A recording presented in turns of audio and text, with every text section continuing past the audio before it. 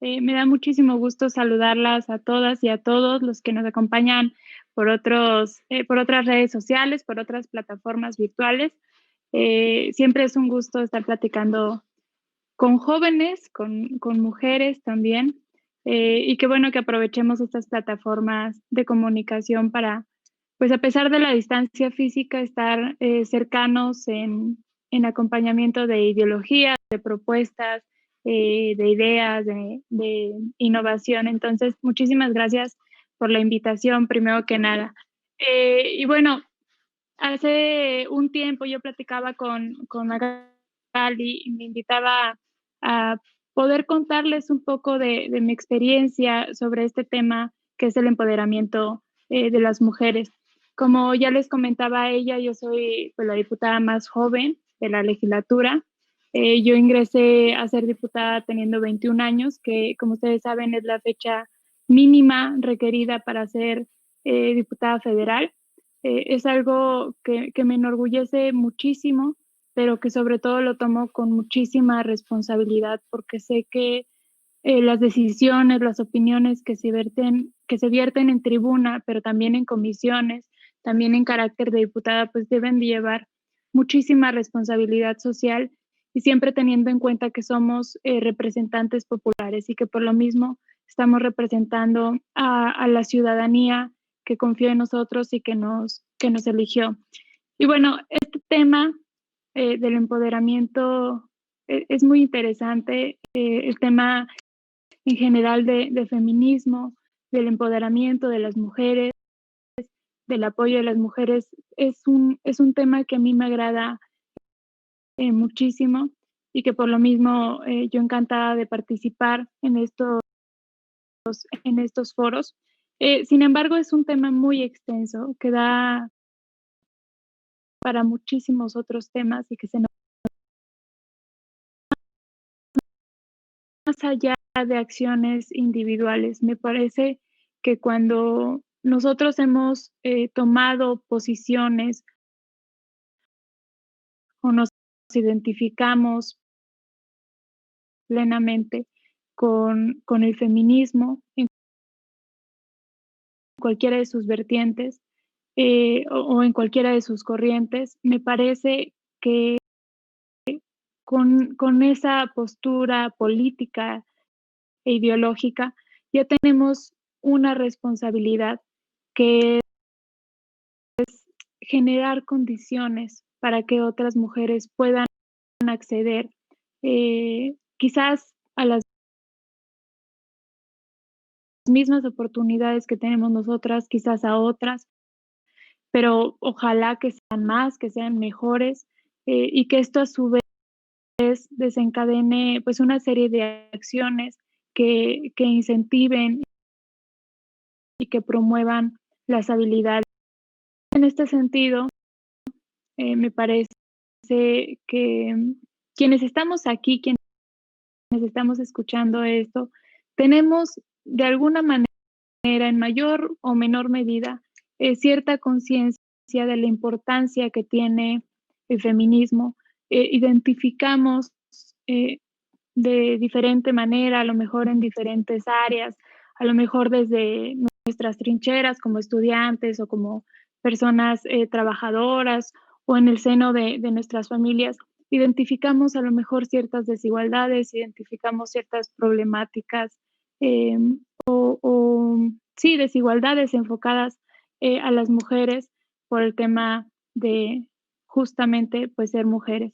Y me parece con esa conciencia que ya decía yo que puede ser mayor o menor, el punto es que tenemos esa identificación ya y que justamente eso nos mueve y me parece a mí muy importante que nos siga motivando a venir a escuchar este tema de conferencias, que a lo mejor coincidimos o no con los ponentes, a lo mejor nos agrada más o no alguna idea, a lo mejor la rechazamos totalmente, pero lo importante siempre es la generación de diálogo, de debates, de escuchar otras opiniones distintas a las nuestras. A veces es muy fácil tener una postura, pero si no la debates, si no escuchas otras propuestas, pues difícilmente podemos darnos cuenta si estamos en lo correcto o si estamos en una posición equivocada, o si podemos mejorar, o a lo mejor nos estamos excediendo, o a lo mejor nos estamos limitando. Entonces, siempre es muy fructífero, a mi parecer, escuchar otras opiniones de otras personas. Y a veces se cometen algunas series de falacias de autoridad, porque se considera que quienes tienen, en mi caso, a lo mejor algún cargo político o algún cargo de autoridad, por ejemplo, un maestro, un directivo, un representante de alguna asociación, etcétera, a veces se cree que esos cargos dan la razón automáticamente. Y esto de ninguna manera es verdad. Todos nos equivocamos, todos podemos aprender, todos podemos corregir, pero lo importante aquí, a mi parecer, y que yo quiero compartirles esta idea a ustedes, es que se genere el diálogo, que se genere debate. Eh, Como ustedes saben, hace unos días celebramos el aniversario del voto de la mujer. Se cumplieron aquí en México 65 años desde que las mujeres podemos elegir y tomar decisiones a través de nuestro voto, a través de las urnas.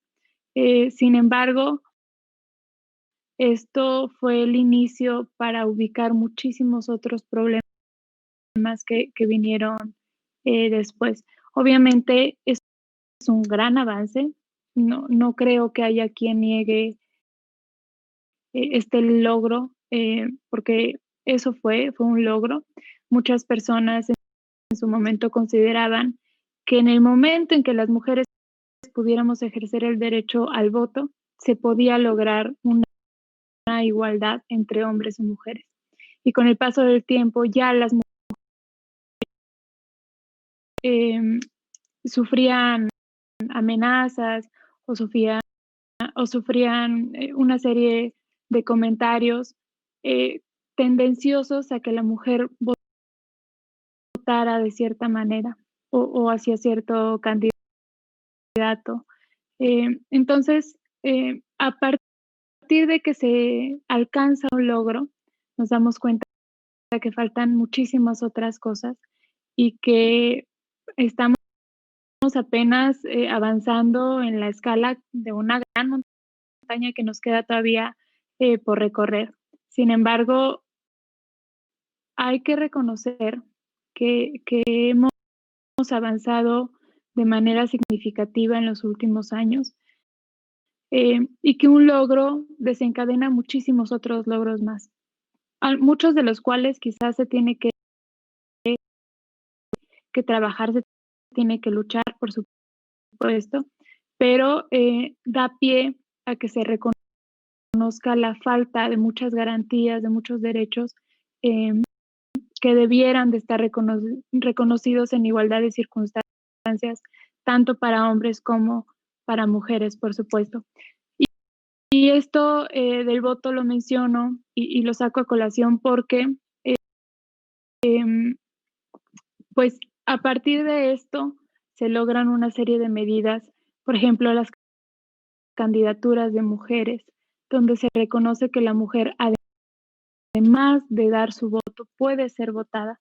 Sin embargo, sabemos que para las mujeres en un inicio era, pues, bastante complicado que algún cargo superior, y que era muy difícil que se seleccionaran mujeres, no obviamente por la falta de capacidad, sino por un tema de machismo y de patriarcado que existía muchísimo más y que era más visible en ese entonces y que también estaba muchísimo más naturalizado que ahora. Ahora me parece que no se ha agotado, no se ha eliminado este tema. Sin embargo, cada día es más notorio porque las mujeres hemos evidenciado muchísimos actos y hay cada vez generaciones de mujeres, pero también de hombres, que reconocen estos actos y que empiezan a tomar acciones para erradicar este tipo de desventajas y de desigualdades. Y bueno, con el paso y con el recorrido que tuvimos de a ser candidatas, pues se llega y se alcanza el tema de un porcentaje mínimo para candidaturas de mujeres. En el partido que pertenezco fue de los primeros, si no me equivoco, fue el primero, en postular un porcentaje mínimo para mujeres, en ese momento fue de 30%. Sin embargo, obviamente con los años fue en aumento y ahora ya es ley para todos los partidos, para todos los órganos autónomos, para todas las dependencias de gobierno, los tres niveles y los tres poderes. Y aquí hay un punto importante porque justamente, como les mencionaba, alcanzar un logro te deja ver que falta muchísimo más por recorrer. Y uno de estos, el logro que se alcanzó fue el tema de la representación en términos numéricos, de manera cuantitativa.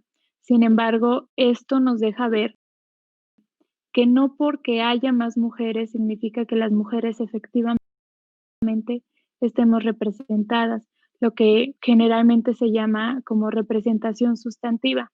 Es decir, que podemos tener un congreso lleno de mujeres, pero quizás a las mujeres no les interese legislar sobre temas de mujeres, o quizás haya mujeres que promuevan y que defiendan el machismo, o que lo hagan de manera consciente o inconsciente, pues ese es otro tema. Pero no necesariamente el que haya mujeres significa que se trabaje en temas de mujeres, porque las mujeres pues debemos o tenemos generalmente pues una agenda muy amplia y a lo mejor hay mujeres que se enfocan en temas de salud, de seguridad pública, de educación, pero no necesariamente a temas de género.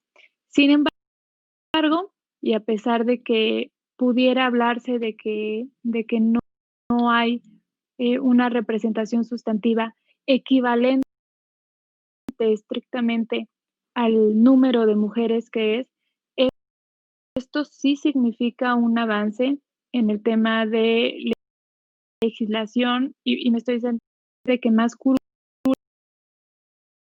y escaños son asignados para mujeres, encontramos que hay un despunte en las iniciativas enfocadas a generar condiciones de igualdad para mujeres y hombres, para la protección de las mujeres, para garantizar los derechos de las mujeres, porque a pesar de que, por ejemplo, en la Constitución, que a trabajo igual, salario igual, pues vemos que muchas mujeres tienen un salario mucho menor, tienen ingresos menores, a pesar de hacer el mismo trabajo que algún compañero o colega varón. Entonces, vemos que hay un despunte, que hay un despliegue en iniciativas enfocados a garantizar el tema de la protección de las mujeres y de garantizar los derechos que las mujeres tenemos eh,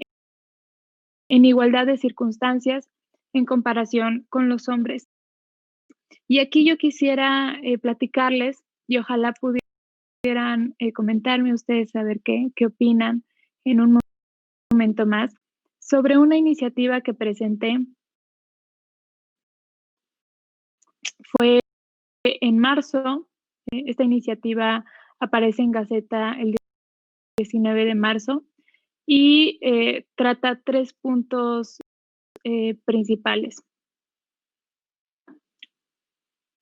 De acceso de las mujeres a una vida libre de violencia. Y voy a comentarles muy en general, pero si ustedes tuvieran alguna duda, por supuesto que la resolvemos en un momento más. Pero son 3 puntos principales. El primero es la incorporación de una definición de violencia, que es la violencia simbólica, de la ley y de sus normas. Entonces, el primer tema que se trabaja en la iniciativa es la definición de violencia simbólica y me gustaría leérselas de manera textual. Déjenla encuentro. Violencia simbólica es la expresión, emisión o difusión por cualquier medio, ya sea en el ámbito público o privado, de mensajes, de patrones estereotipados, de signos, de valores icónicos y de ideas que transmiten, reproducen, justifican o naturalizan la subordinación, la desigualdad, la discriminación y la violencia contra las mujeres en la sociedad. Este tipo de violencia es, me parece que uno de los más difíciles de identificar, porque justamente pareciera ser muy, muy inofensivo. Pareciera que por un meme pues no va a afectar a nadie el que, el que subordinen a una mujer. Luego hay algunos comentarios, incluso de personas que se dedican a temas de entretenimiento, que son famosos por vías o por áreas culturales, por temas artísticos, como cantantes, actores, que pareciera que luego hacen algunas burlas. Yo me acuerdo si no me equivoco, fue Julián Álvarez. Si ustedes se acuerdan, o estoy mal, corríjanme, pero dijo que una mujer no le servía si no sabía trapear, un comentario así. Y todo el mundo lo tomó a chiste y a broma, y pareciera que estos comentarios pues no afectan a ser considerada mujer o una buena mujer. Entonces, ese es un tipo de violencia que luego nos cuesta trabajo identificar, justamente por la sutileza que es. El segundo punto que contempla la iniciativa es qué tipo de acciones entran dentro de esta violencia simbólica. Y aquí también se los quisiera leer de manera textual. A ver, acá está. Se considera violencia simbólica en los términos del artículo 6º, fracción 6ª de esta ley, a la realización de concursos, certámenes, elecciones y o cualquier otra forma de competencia en la que se evalúe de manera integral o parcial y en base a estereotipos sexistas, la belleza o la apariencia física de mujeres, de niñas y o de adolescentes. Y esto hace referencia evidentemente a que los certámenes de belleza, que los concursos de belleza, es una manera de violencia simbólica. Y aquí todavía me parece que es un poco más complicado, porque normalmente se considera, el considerarse bella, normalmente se toma como un atractivo. Sin embargo, estas calificaciones, estos parámetros que califican a la mujer como bella o como no bella, no dejan de ser sexistas y no dejan de estar dentro de una visión patriarcal que hacen que estos parámetros los tengan que cumplir las mujeres para ser consideradas bellas. Por ejemplo, tema de estatura, de medidas, de actitudes, de voz, incluso de respuestas en estos certámenes, porque incluso en las respuestas viene de manera sutil que la mujer tiene que preocuparse pues por todos, que tiene que tener aspiraciones a la paz mundial, a cuidar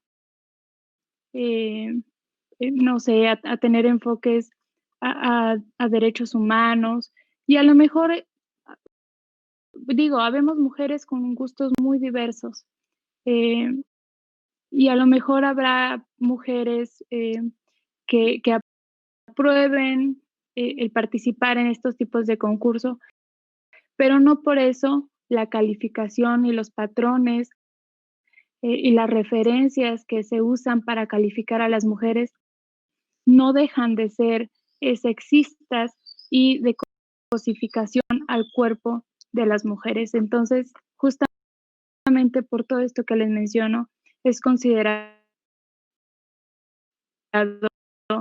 belleza, digo, las mujeres adultas, pueden presumirse y estoy segura de que así es al ser mayores de edad, pues se habla de que tienen, la libertad de decisión y que comprenden, las consecuencias de las acciones y de las decisiones que tomen en cualquier ámbito de su vida.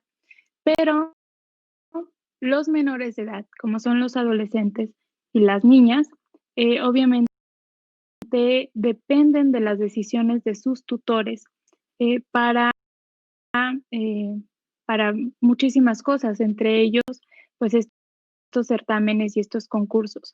Y esto es riesgoso porque las expone mediáticamente a, eh, pues a cualquier persona que tenga acceso a este tipo de concursos y, están sujetas y están arriesgándose a que, pues sean conocidas por personas que se dedican a la trata de blancas, a secuestros y, bueno, ha habido también varios casos documentados donde esto sucede. Entonces, em, también se toma como una medida de precaución y de prevención para la seguridad de las niñas y de las jóvenes menores de edad.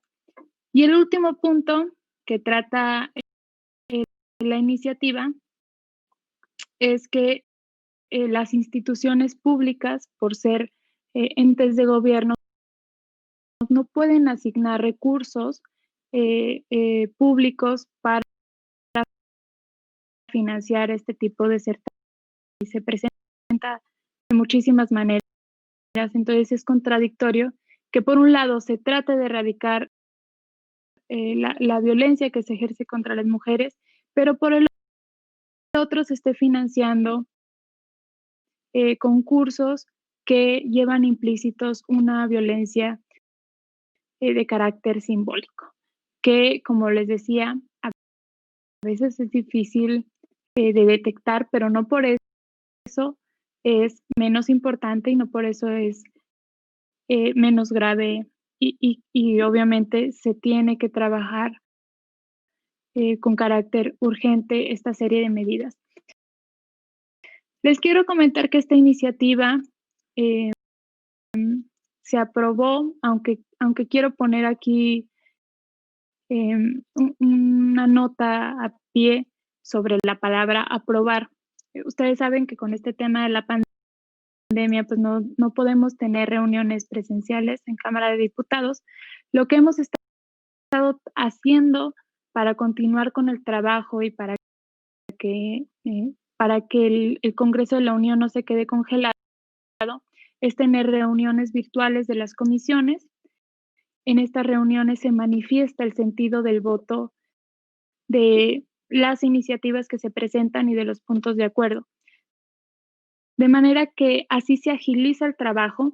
Si hubiera comentarios, se hacen durante la reunión virtual, se corrigen, se llegan a acuerdos y al final, cuando se manifiesta la Constitución, nos exige estar presentes, estar de manera presencial cuando se emite, un voto y no tenemos en la legislación mexicana la consideración del voto a distancia. Entonces, se avanza en todo este trabajo, ya nada más cuando haya una reunión presencial, ya nada más falta, la firma y con esto pasa a pleno para que se pueda votar ya con todos los y las diputadas que pertenecen a la legislatura. Y bueno, ahora sí aclarado este punto, quería comentarles que esta iniciativa que presenté se aprobó en la Comisión de Igualdad por unanimidad. Todos los diputados de todas las fuerzas políticas de todos los partidos votaron a favor de esta iniciativa y bueno, ya nada más estamos esperando que se dé esta reunión presencial para formalizarlo y para que posteriormente se pueda votar en pleno. Muchas personas estuvieron exponiendo y es muy válido manifestar dudas y manifestar las preguntas. Estuvieron comentando que estos certámenes, pues, o el prohibir estos certámenes atentaba contra la libertad de las personas, libertad de asociación, que ellos tenían también la capacidad de decidir. Y aquí hago un paréntesis porque es importante aclarar esto. De alguna manera, este tipo de certámenes. Sin embargo, esto tiene consecuencias y al considerarse como violencia simbólica, es deber del Estado mexicano trabajar para erradicar estos estereotipos que se tienen y que cosifican el cuerpo de las mujeres. No es un delito, esto no tiene ninguna reforma al Código Penal. Sin embargo, va encaminado a que el Estado mexicano no contribuya a incentivar estos tipos de eventos que, pues, que no dejan de ser machistas y que ponen en riesgo a las mujeres por todos los temas que ya les mencioné anteriormente. Y bueno, para ir concluyendo con mi participación, porque quisiera escucharlas a ustedes, yo les comento que todos los que tenemos este carácter o todas las personas que identificamos que hay alguna falla, algún tema de desigualdad hacia las mujeres, y creo yo que sobre todo las personas que nos consideramos y nos autonombramos feministas, tenemos esta responsabilidad de las que le hablaba en un principio.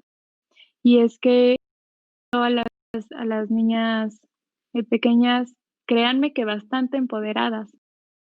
Ya no es fácil ver que manden a una niña y que le digan, sírvele a tu hermano, o hazle de comer a tu hermano, o a tu papá, o sírvele en la mesa.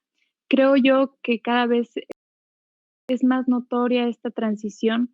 No digo que se hayan erradicado todos estos casos. Estoy segura que hay muchísimos hogares que todavía mantienen estos temas, justificándolos como una manera de costumbre o de tradición, pero recordemos que no por ser una tradición, no por ser una costumbre significa que está bien. Y creo yo que todo está en constante o debería de estar en constante evaluación, porque quizás algo o quizás ahorita generamos una tradición que tal vez en 50, en 100 años ya no nos sirve y que incluso es perjudicial. Entonces, no me parece que el tema de la tradición, de la costumbre, sea una justificación. Me parece que es una idea en la que debemos de trabajar y que debemos de erradicar, pero que con esta visión, pues conservadora, muy cuadrada, estamos limitando muchísimo las decisiones, las libertades de las personas que forman parte de nuestra vida al tener estos pensamientos.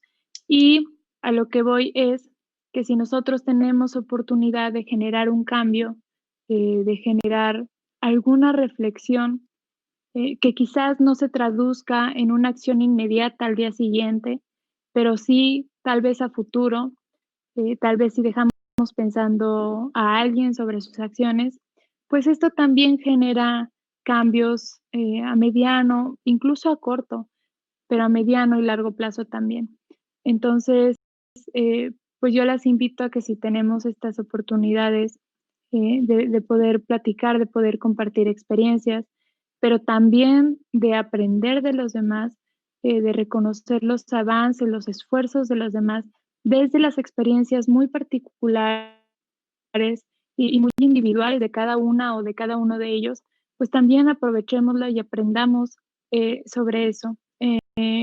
Todos estamos avanzando, todos vivimos situaciones diferentes y todos entendemos las cosas de diferente manera y es muy válido intercambiar puntos de vista, sobre todo cuando no hay una definición exacta ni certera de muchísimas cosas.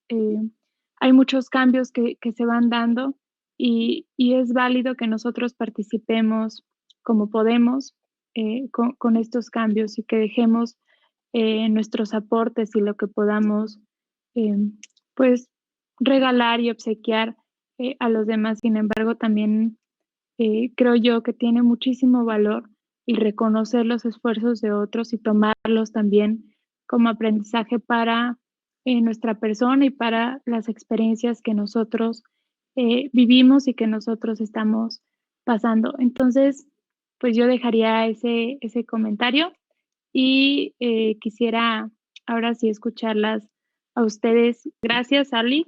Gracias por acompañarnos. Qué bueno que pudiste participar en el Parlamento del año pasado.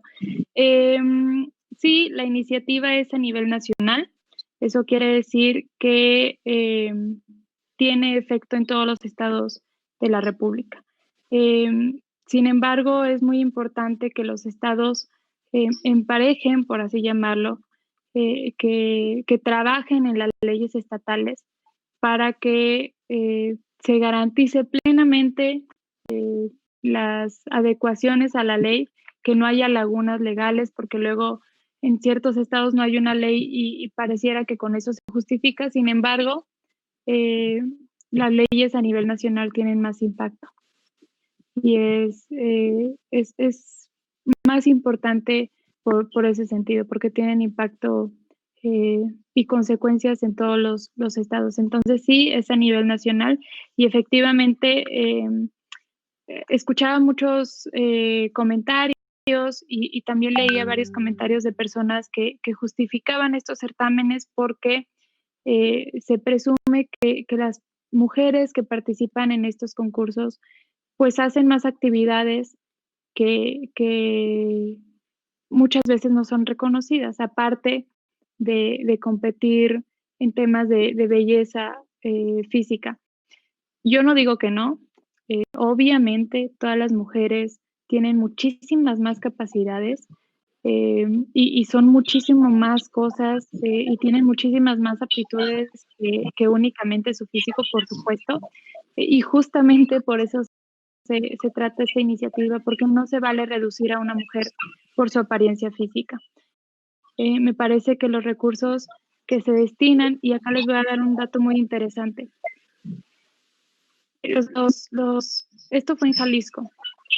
Para la alerta de género en el estado de Jalisco se destinaron 4,000 millones de pesos. Con fracciones, pero estoy redondeando números. Hubo un subejercicio, esto quiere decir que no se gastó todo el dinero, se ejercieron alrededor de 3,000 millones de pesos y fracción. Sin embargo, para certámenes y para concursos de belleza, en 5 municipios nada más, ni siquiera fue en todo el estado, en 5 municipios se gastaron 8,000 millones de pesos.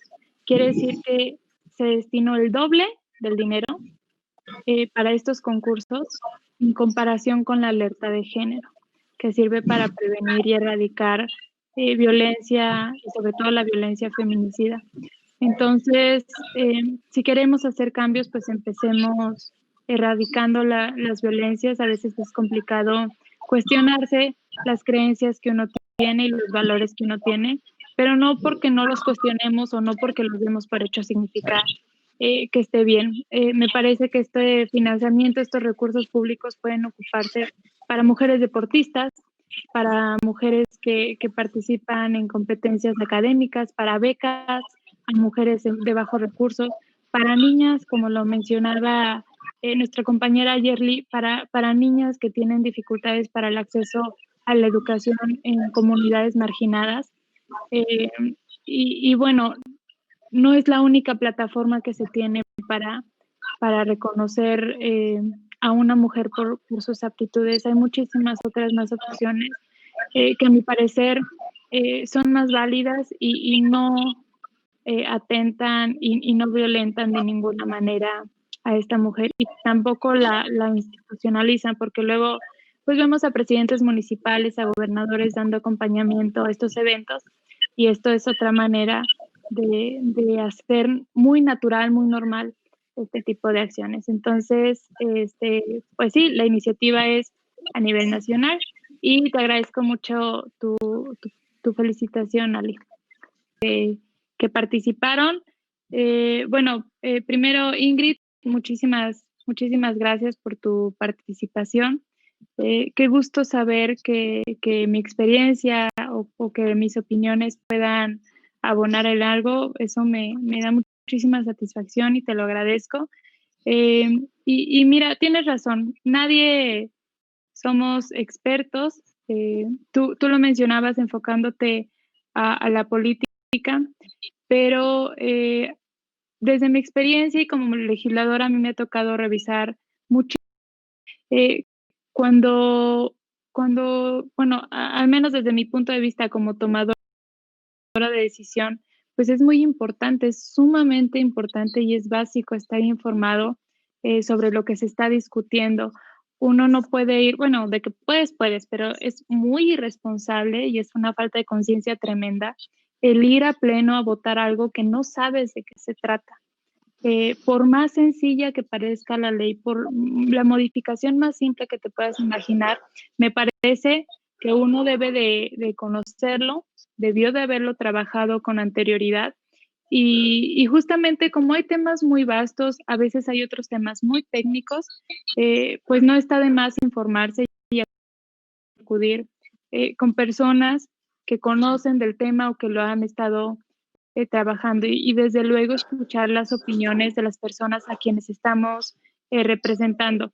Entonces, pues sí, te doy la razón, nadie somos expertos, pero justamente pues se trata de aprender y de escuchar a los demás. Entonces, muchísimas gracias. Yerli, sobre el tema educativo, me parece que tienes razón cuando mencionas que son las niñas quienes padecen más este tema educativo. A veces es muy complicado porque no nada más está la brecha de desigualdad en tanto al acceso a la educación, que muchas comunidades están muy alejadas de las escuelas, que hay falta de maestros, que hay falta de instalaciones adecuadas para el aprendizaje, sino que además de esta brecha se suma el que muchas niñas tienen y el que muchas niñas padecen por cuestiones quizás familiares, quizás de visión de la misma comunidad, donde muchas veces prevalece mucho machismo y que se les limita a las niñas a participar en el tema educativo, pero también en temas laborales y en muchísimos otros. Entonces, sí hay una desigualdad tremenda y justamente del tema de actividades de lectura y de actividades extracurriculares que mencionabas.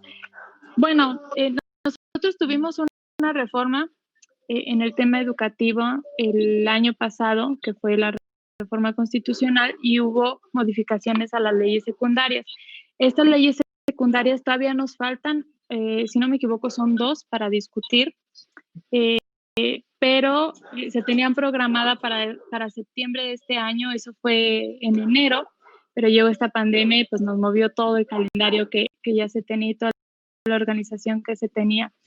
Me parece ahora que todos tenemos un reto muchísimo más grande porque con esto de la pandemia hemos visto que no nada más es ir a la escuela, las limitaciones que se tienen, sino ahora los niños, los jóvenes tienen que estar en sus hogares, muchos de ellos sin internet, muchos de ellos tenían que ir a la escuela y ahí aprovechaban los comedores comunitarios para alimentarse. Y ahora que ya no están abiertos estos, es una desventaja y significa también pues un sacrificio extra en cuestión económica para dar manutención a los niños, para dar la alimentación a los niños, sobre todo en familias que tienen bajos recursos o que se encuentran vulneradas por cuestiones de condiciones de pobreza. Entonces, ahora el reto me parece muchísimo más grande porque se habla de una transición educativa que sea híbrida, es decir, clases presenciales, pero otras las que se pudieran tomar de manera virtual. Y esto obviamente significa todo un reto porque para hacer esta transición primero debes garantizar que los niños, los jóvenes, las niñas y las jóvenes tengan acceso a las herramientas que necesitan para continuar su educación por plataformas virtuales. Esto pudiera significar un avance si se trabaja bien, sobre todo por la efectividad de los medios de comunicación de ahora. Y ejemplo es, por ejemplo, es esta reunión.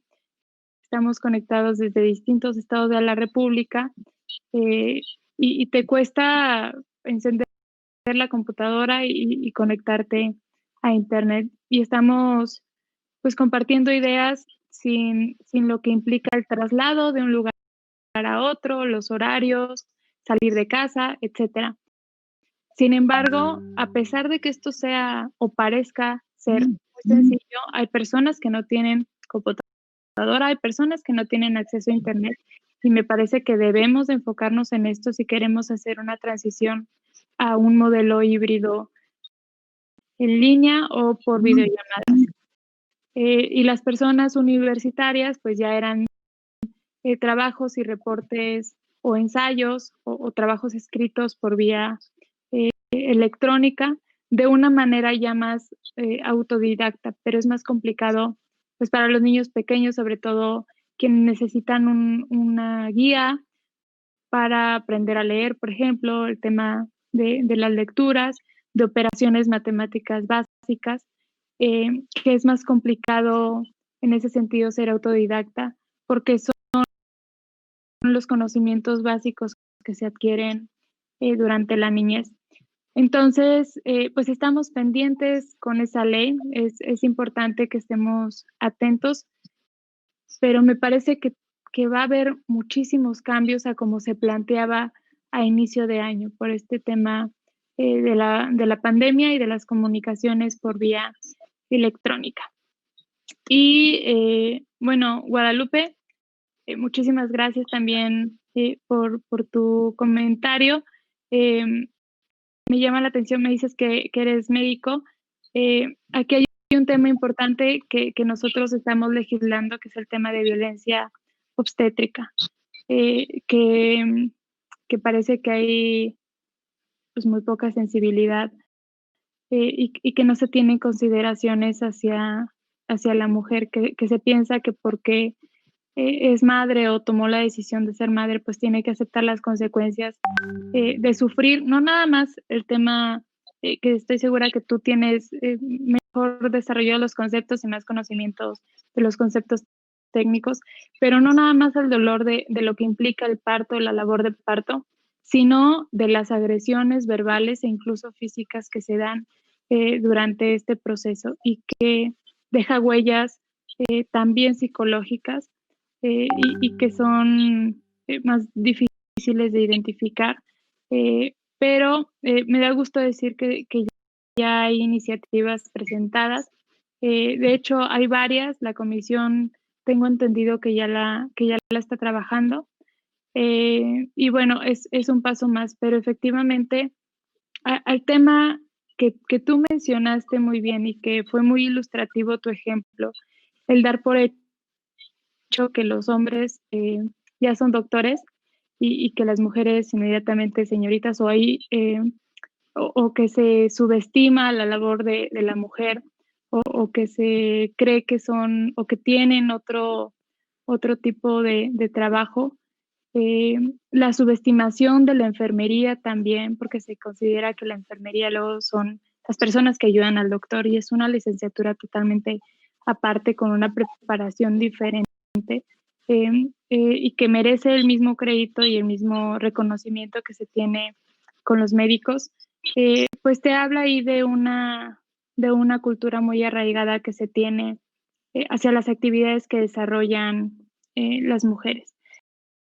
Y también ahí vemos un sesgo en las profesiones que se consideran para hombres y las profesiones que se consideran para mujeres. Y justamente por eso es importante que a pesar de que sean violencias que se ejercen de manera muy sutil o que no se toman muy en cuenta, o los llamados micromachismos, justamente por eso es importante erradicarlo, porque esto te genera y te da pie a violencias que normalmente se consideran muchísimo más graves, como la violencia física, y que se puede ir disminuyendo estas agresiones que se consideran más graves y se empieza con lo que tenemos tan naturalizado y tan arraigado.